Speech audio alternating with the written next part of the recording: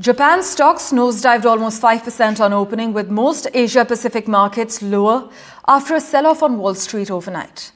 In fact, the Nikkei extended its 2.62% slide on Thursday to lead losses in the region and reach its lowest level since February.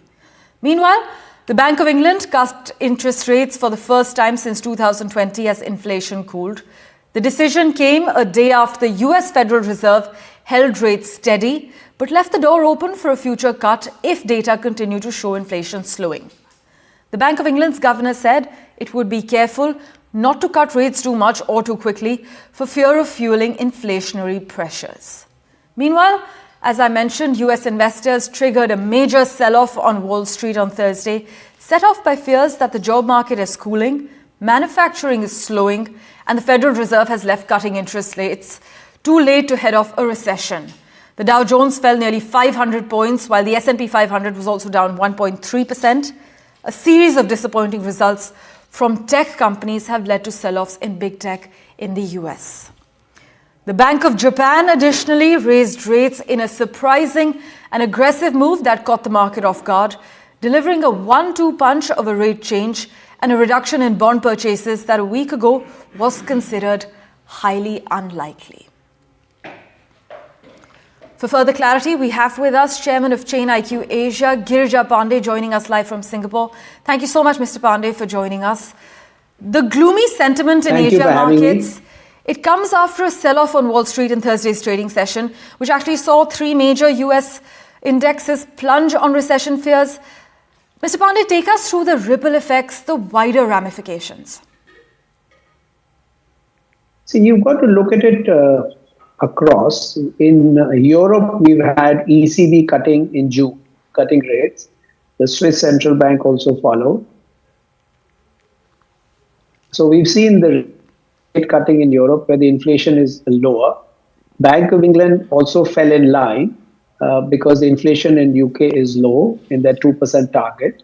So depending on the way Europe has gone, we've seen the Bank of England rate cut. Now, the US is very different in some ways because the economy is strong.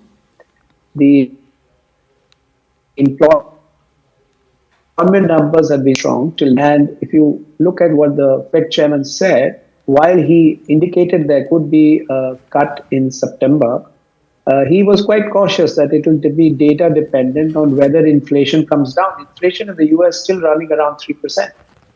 And which is ahead of their target of 2%. So I think people are cautious in US to cut rates before they can see some very clear signal that inflation is coming down and the economy is not getting into a recession. So I think that's the background to all these 3 or 4 rate cuts that have the rate cuts in Europe and the fact that there may be a rate cut in the US later.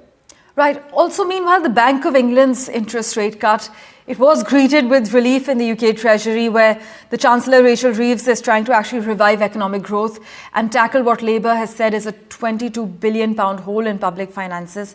So what are your first thoughts? Well, certainly there's a new government with a big majority which is now in place. They have a growth plan. They want to grow the economy. And therefore, there is some joy around that, this is a new government which is very well positioned to start growing the UK economy. UK has had a very weak performance for various reasons in the last few years. And the rate cut is, I think, it's part of the Labour government's plan and the budget that they have announced. And also the Eurozone has cut rates.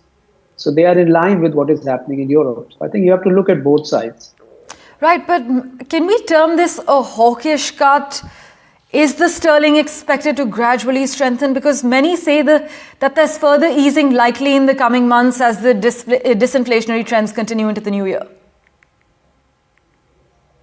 Well, the Bank of England's summary, the statement was quite cautious for further rate cuts. They haven't cleared that thing. I think the sterling will gain ground. Certainly, it is from 1.27. It will certainly go up because the economy will start growing. But there are risks of inflation. There are wage growth inflation still running high in UK. So they've done it because, but they've been rather cautious about what the future rate cuts will be in UK. As always, Mr. Pandey, thank you so much for making time for us and joining us on The World 24/7.